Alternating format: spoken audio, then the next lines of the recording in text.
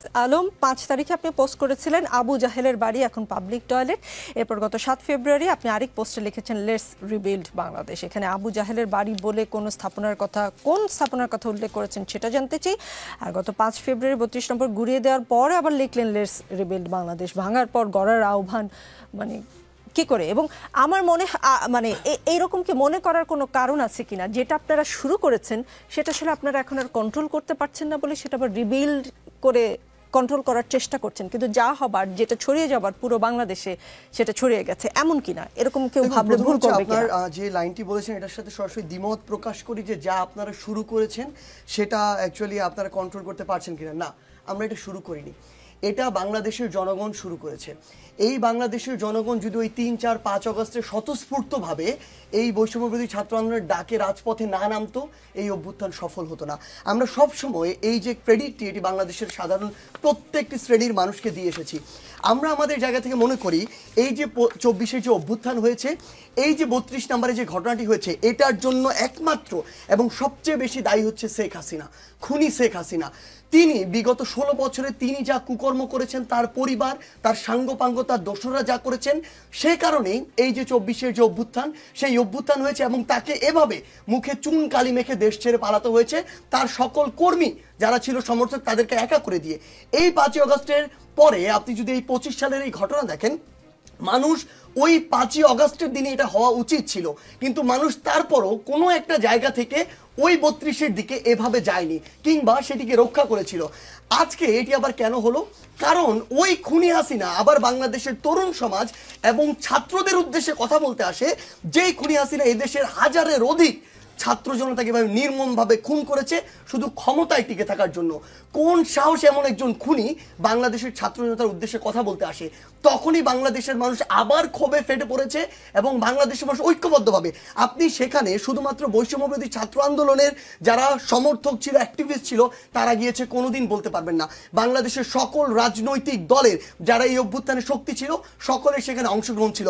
আমরা বিএনপির বড় বড় এরকম নেতাকর্মী ছিল যাদের পোস্ট দেখেছি বুলডুজার কোথায়, এবং আমাদেরও ভিতরটা আসলে তখন এই কথাই বলছিল যে বুলডুজার কোথায়। কারণ এই খুনি হাসিনা কিভাবে এই ছাত্র জনতার উদ্দেশ্যে কথা বলতে পারে যখন এই ছাত্র জনতা শহীদ হওয়ার পরে তার বাবা মার চোখের পানি এখনো শুকায়নি?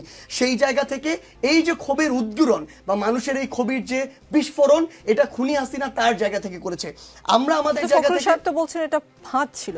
দেখুন, আমরা আমাদের জায়গা থেকে যে জিনিসটি মনে করি, দেখুন তিনি যে কোনো একটা নির্দিষ্ট অ্যাঙ্গেল থেকে বলতে পারেন কথাটি, কিন্তু আমরা আমাদের জায়গা থেকে মনে করি আমরা যদি এই জায়গাটাতে এটা যদি তার ফাঁদে পা দেয়া হতো তাহলে তার পরের দিনই আমরা আমাদের জায়গা থেকে কখনোই এই পজিশনে আসতাম না। Let's rebuild Bangladesh. একটা উদাহরণ একটু দেই, আপনার কথা বলতে সুবিধা হবে। সার্জিস আলম, সুনামগঞ্জের বিশ্বরম্ভরপুরে ৩ রাস্তার মোড়ে একজন কৃষক হাতে কাস্তে ও কাঁধে লাঙ্গল নিয়ে দাঁড়িয়ে আছেন। নাম দেওয়া হয়েছিল কিষাণ চত্বর, আপনি নিশ্চয়ই শুনে থাকবেন। গ্রাম বাংলার কৃষি ও কৃষকের ঐতিহ্য তুলে ধরতেই সেই ভাস্কর্যটি ৭ তারিখ শুক্রবার রাতে এই ভাস্কর্য ভেঙে ফেলা হয়। কৃষকের এই ভাস্কর্যের সাথে মুজিববাদ বা ফ্যাসিবাদের কি সম্পর্ক? কেননা যারা ভাঙছিল তারা স্লোগান দিচ্ছিল শেখ হাসিনার আস্তানা বাংলাদেশে হবে না, আওয়ামী লীগের আস্তানা বাংলাদেশে হবে না, শাহজালালের তলোয়ার গর্জে উঠুক আরেকবার, নারায়ে তাকবীর, আল্লাহু আকবার। নাকি যারা এটা ভাঙতে গিয়েছে তারা আসলে ফ্যাসিবাদের চিহ্ন মুছতে গেছে, তারা নিজেরাই জানে না কোনটা ফ্যাসিবাদ আর কোনটা ফ্যাসিবাদ না। দেখুন, আমাদের জায়গাটা একদম স্পষ্ট। আমরা আমাদের জায়গায় বাংলাদেশের সকল বিভিন্ন মত, বিভিন্ন দল, বিভিন্ন ধর্ম, বিভিন্ন চিন্তা ভাবনার মানুষের একটা সংমিশ্রণ রয়েছে। আমরা আমাদের জায়গা থেকে এই চিন্তা ভাবনাগুলোকে শ্রদ্ধা করতে চাই। যখনই দেখুন বাংলাদেশে যখন বিভিন্ন জায়গায় এভাবে মাজার ভাঙার একটা কথা শোনা যাচ্ছিল বা এরকম একটা বিভিন্ন দিক থেকে এরকম শব্দ আসছিল, আমরা আমাদের জায়গা থেকে কিন্তু এই কথাটাও বলেছিলাম যে এই যে ভাঙার প্রক্রিয়াগুলো, এগুলো কিন্তু স্থিতিশীলতার পরিচয় নয়। তা ওই জায়গার যে মানুষগুলো রয়েছে যেগুলো ওইমুখী, সেই মানুষগুলোকে আমরা আমাদের জায়গা থেকে সরাসরি ওই মানুষগুলোর বিপরীতে গিয়ে এভাবে দাঁড়িয়ে যেতে পারি না। আমাদের কোনো একজন মুসলিমের তার জায়গা থেকে মুসলিমের যে ইসলামিক মূল্যবোধ সেই জিনিসটি থাকতে পারে, আবার আরেকজনের অন্য একটি বিষয় থাকতে পারে। যদি এই বিষয়টি কোনো একটি বড় চেতনার সাথে সরাসরি সাংঘর্ষিক না হয় তাহলে সেই বিষয়টির বিরুদ্ধে এভাবে আমরা আমাদের জায়গা থেকে দাঁড়িয়ে যেতে পারি না। কারণ আমরা স্পষ্ট একটা জিনিস মনে করি, ধর্মের সাথে রাষ্ট্রের একটা আলাদা পার্থক্য রয়েছে। একটা ধর্ম অন্যান্য যে ধর্মগুলো সেগুলোকে ধারণ নাও করতে পারে কিংবা তার নির্দিষ্ট একটি পরিধি থাকতে পারে, পারে, কিন্তু একটি রাষ্ট্রকে সকলকে ধারণ করতে হবে। মানে আপনি বলছেন সুনামগঞ্জের ঘটনাটা আসলে ফ্যাসিবাদের সাথে জড়িত না, ধর্মের সঙ্গে জড়িত, মানে ধর্মের কারণে কেউ চাইলেই যে কোনো রাষ্ট্রীয় স্থাপনা ভেঙে ফেলতে পারে।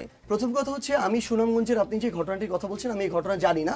কোনো একটি ঘটনা না জেনে আমি আমার জায়গা থেকে সেই ঘটনার প্রেক্ষাপট না জেনে কোনো একটি যুক্তি দিয়ে দিতে পারি না। কিন্তু আমার জায়গা থেকে আমরা এই জিনিসটি মনে করি যে আমরা চাইলেই কোনো একটি জিনিসকে সামনে দেখে মনে হলো এই জিনিসটা আমার চেতনার পরিপন্থী, আমি সেটিকে ভেঙে ফেলতে পারি না।